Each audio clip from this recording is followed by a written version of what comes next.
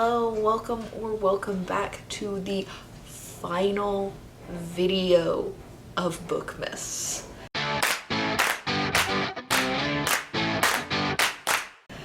This is it.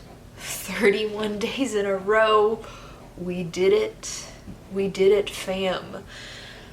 So today is going to be the reading stats, and I'm going to tell you right now that the numbers are going to be like a little bit fudged. There's one more book that I'm going to be able to finish before the end of the month, because when I'm recording this is late at night on the 30th, and I'm halfway through a book that's only like 200 pages. So I've included it in the document that I make, but it's not on Goodreads yet. So any numbers that I get off of Goodreads are going to be a little off, but everything that's in my personal tracking document will be correct. So, unless I suck at math, which is always a good possibility. This is all just my reading stats for the year. Interesting little tidbits about how much of what I read. So, let's just start with our first number, and it's number of books read. And in 2021, I read 270 books, which was 20 over my goal of 250, and a little bit higher than last year. I had like 260 something last year, so just a few higher, but not a whole lot. But while the number of books was higher, the page count was lower. So this year I read 95,930 pages. Last year I read like 97,000 something pages. So about 2,000 pages less, which basically means I was reading shorter books this year than I was last year.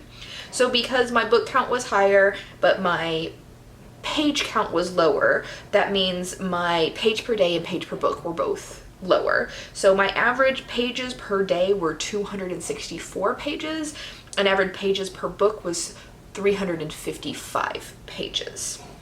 Next, let's get into star ratings. So this one was really interesting to me because before going into this, I felt like I had like fewer good books this year. Like just the overall quality of the books that I was reading this year was less than it was last year. And that's not entirely true.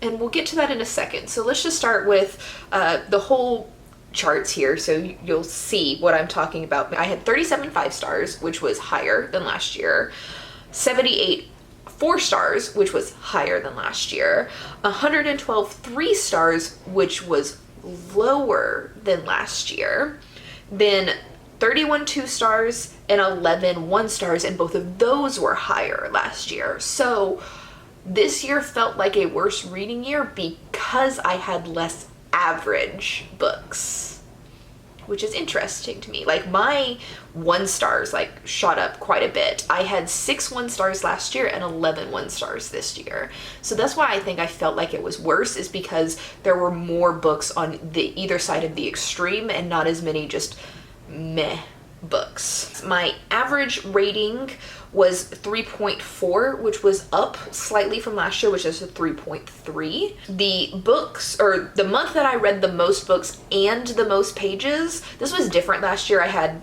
different months that I'd read books versus pages, but both of them are the same this year. So the month with the most books and the month with the most pages was both January, with 43 books and 14,295 pages.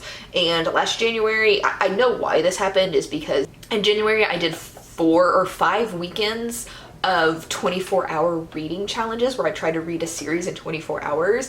And so because I did that and I spent 5 different full 24-hour periods doing nothing but reading, that shot my reading up, because I don't normally spend 24 hours a day reading, though my parents would probably tell you differently. And then the month that I read the least amount of books was October, which was 12 books and 4,253 pages. That was because I was moving. So let's get into the pie charts, which you see back here, but I'll put a nice graphic on the screen for each one of these. So first, let's do genre. And surprising probably no one, my most read genre was fantasy, and I almost hit 50% of the books I read this year were fantasy, but it was 41.9%, which is 133 books. This is way up from last year. But yeah, I don't know if you know this, but my favorite genre is fantasy. My second favorite genre is sci-fi, and that is the second highest percentage on here at 21.4%, or 58 books. Then we go into general fiction, which is 7.4%, or 20 books. Nonfiction was 7% at 19. I would like nonfiction to be a little bit higher next year, but anyway, I'm just proud of myself for reading nonfiction.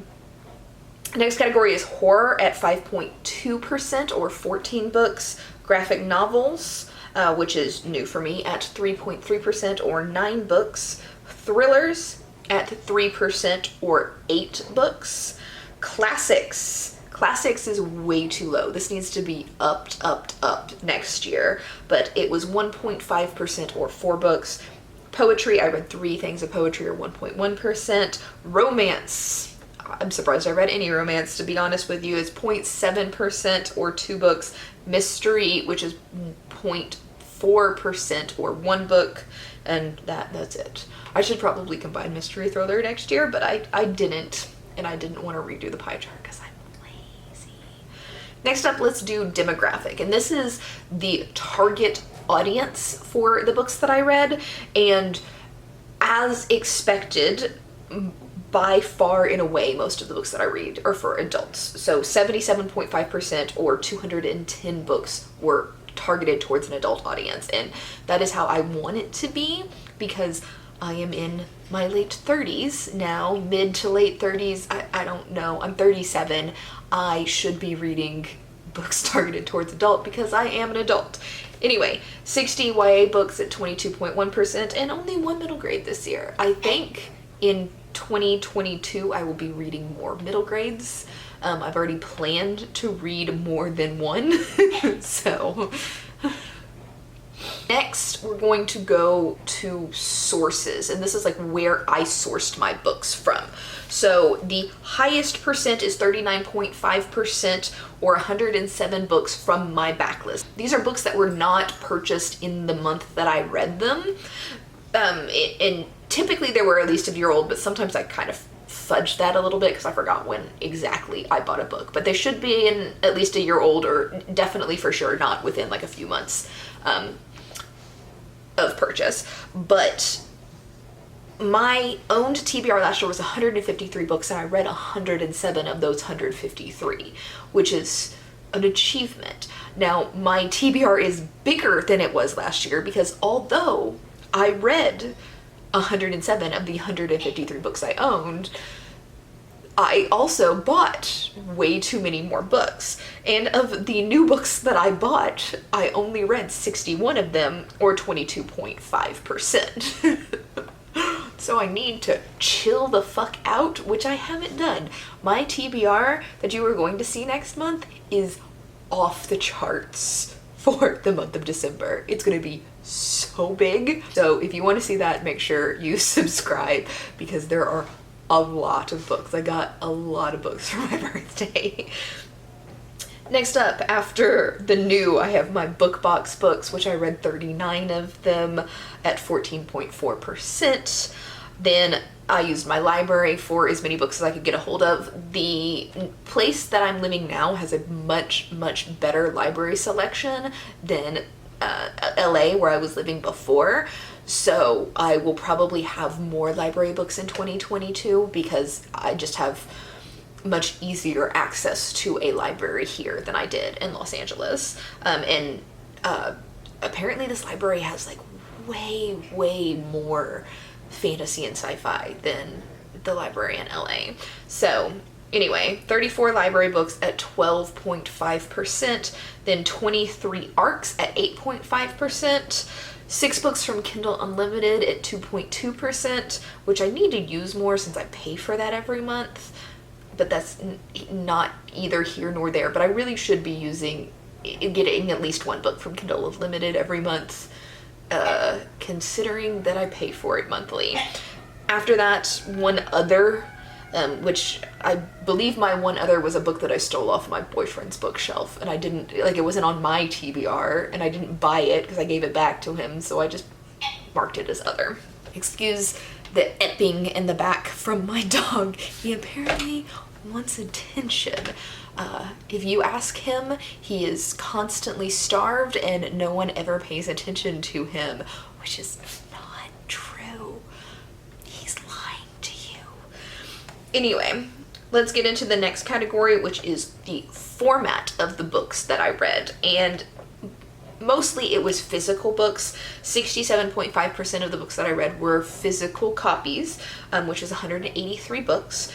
Next up was the ebooks that I read, which is 70 ebooks at 25.8%. And then finally audiobooks at 6.6%, which is 18. I would like to increase that for next year because I have a lot of audiobooks on that I've purchased or gotten through an affiliate program, and they just sit there and never get read. So I'm gonna work more through getting through those, and hopefully that'll increase my audiobookness consumption. That's the word, audiobook consumption next year.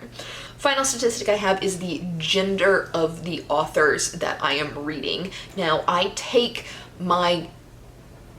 to the best of my ability, I correctly gender authors. I determine an author's gender by going to the bibliography in the back of the book and seeing what pronouns that author uses. So if it says her, then I use female gender, him, male gender, they, or doesn't say, non-binary, and then I have another category for multi, which is like books by multiple authors of various genders. So if I have a book that is like a collection of stories all written by female authors, then it will be marked down as female. But if I have a collection of stories listed by various authors of various genders, then I will put that down as multi. So let's start at the top with female, which I read mostly women authors. I tend to prefer books by women authors, even though my favorite author is male.